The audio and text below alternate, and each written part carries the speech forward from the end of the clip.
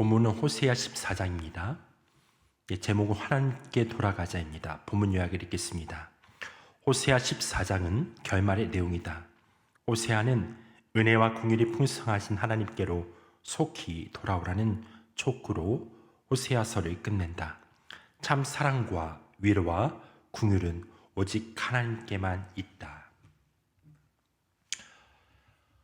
호세아 14장은 호세아서의 마지막 장으로 이스라엘에게 전하는 마지막 권면입니다. 1절과 2절에 반복되어 나오는 동사가 있습니다. 돌아오라입니다. 호세아는 반복해서 권면합니다. 돌아오라, 돌아오라. 용서하신 하나님 아버지의 마음을 호세아는 전하고 있습니다. 용서에는 순서가 있습니다. 먼저 죄를 입으로 고백해야 하는 거죠. 자신의 입술로 죄를 고백해야 합니다. 호세아는 이스라엘에게 돌아오라 권면하고 2절을 보게 되면 너는 말씀을 가지고 여호와께로 돌아와서 아뢰기를 모든 불의를 제거하시고 선한 발이 받으소서.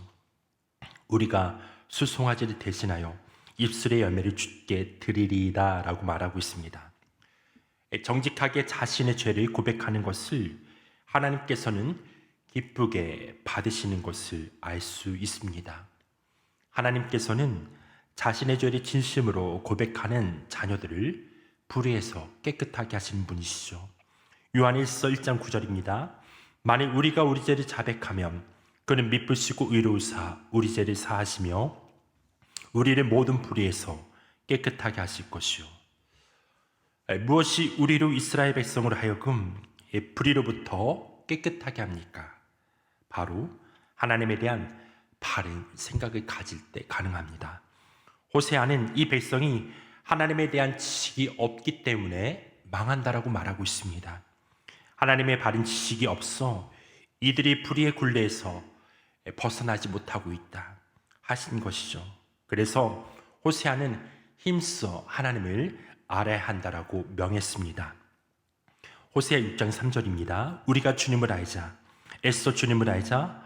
새벽마다 여명이 오듯이 주님께서도 그처럼 어김없이 오시고 해마다 쏟아지는 가을비처럼 오시고 땅을 적시는 봄비처럼 오신다. 그렇다면 하나님에 대해 무엇을 알아야 한다는 것일까요? 하나님은 선하신 분이심을 알아야 합니다.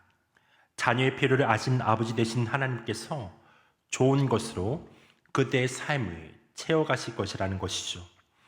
또한 하나님의 선하심을 맛보아 알라는 것입니다. 그래서 다윗은 다음과 같이 그의 시편에서 고백했습니다. 시편 34편 8절입니다.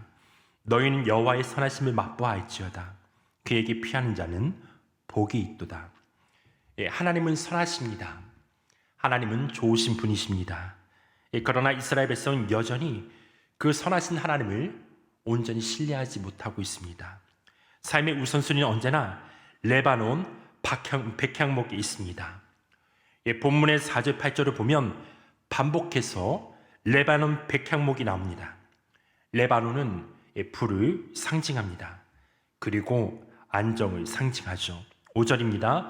그래서 내가 예언자들을 보내어 너희를 산산조각 나게 하였으며 나의 입에서 나오는 모든 말로 너희를 죽였고 나의 심판이 너희 위에서 번개처럼 빛났다.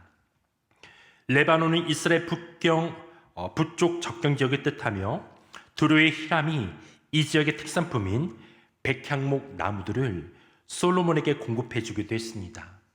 또한 시돈의 왕이자 제사장 역할을 했던 옛 바알의 딸 이세벨이 아합에게 시집 오면서 바알 제사장들이 이스라엘로 데리고 와 신전을 세웠기도 했죠.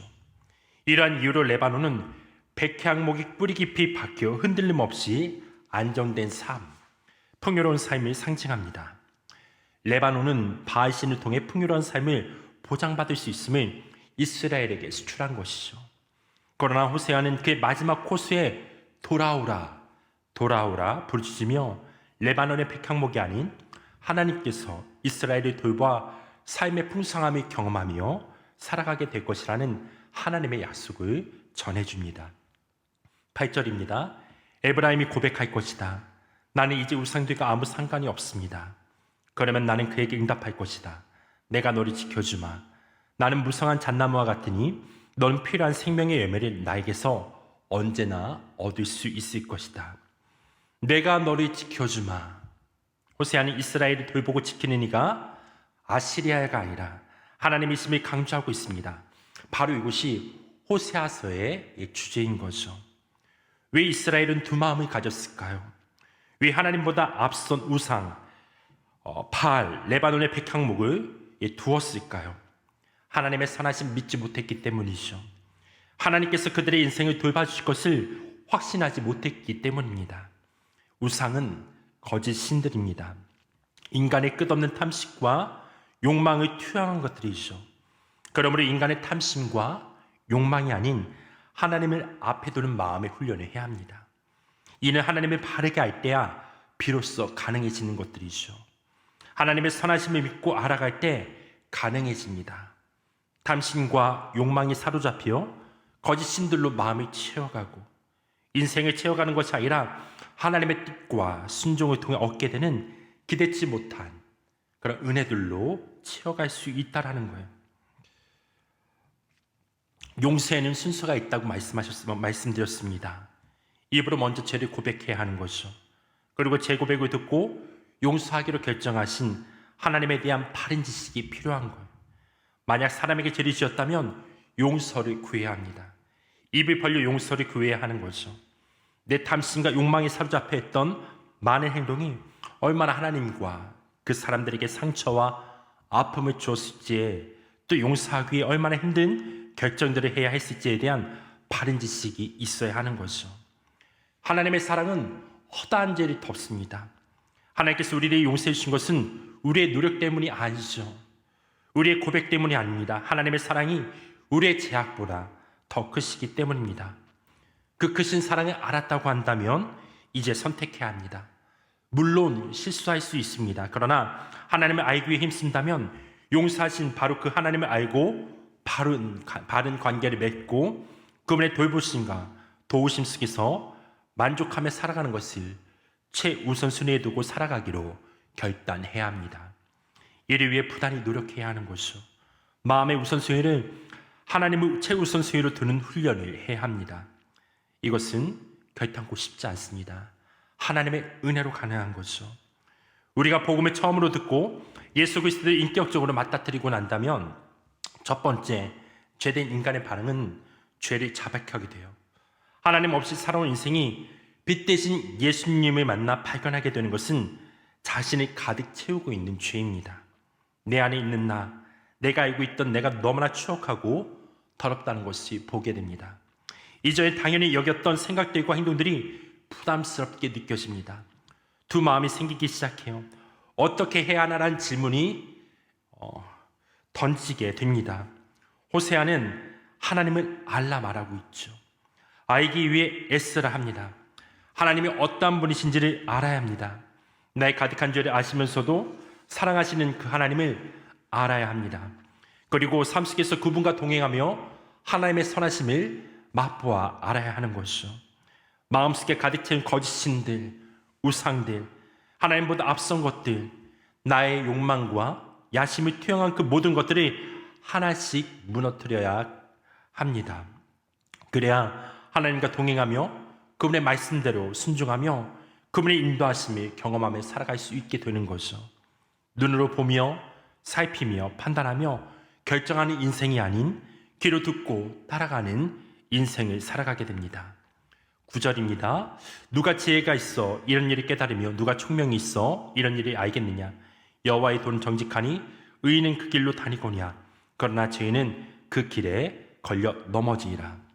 죄를 고백하고 하나님을 알기에 힘쓰고 순종하며 마음에 수많았던 거짓신들을 무너뜨린 이들의 삶을 의인의 삶이라 말합니다.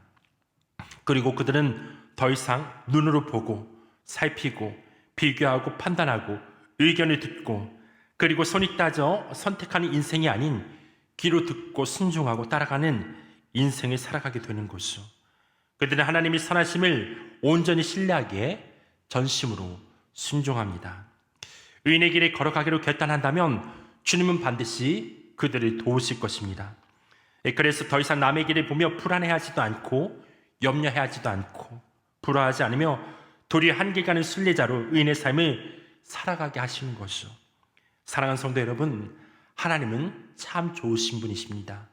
선하신 분이십니다.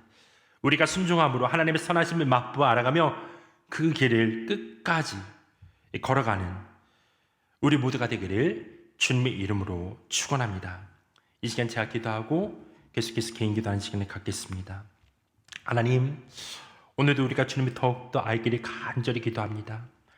주님은 좋으신 분이시고 선하신 분이십니다. 예수를 통하여서 하나님 그를 믿는 자들마다 하나님의 자녀가 되는 놀라운 은혜를 허락하셨고 그 구원의 기쁨을 우리 가운데 허락하셨습니다.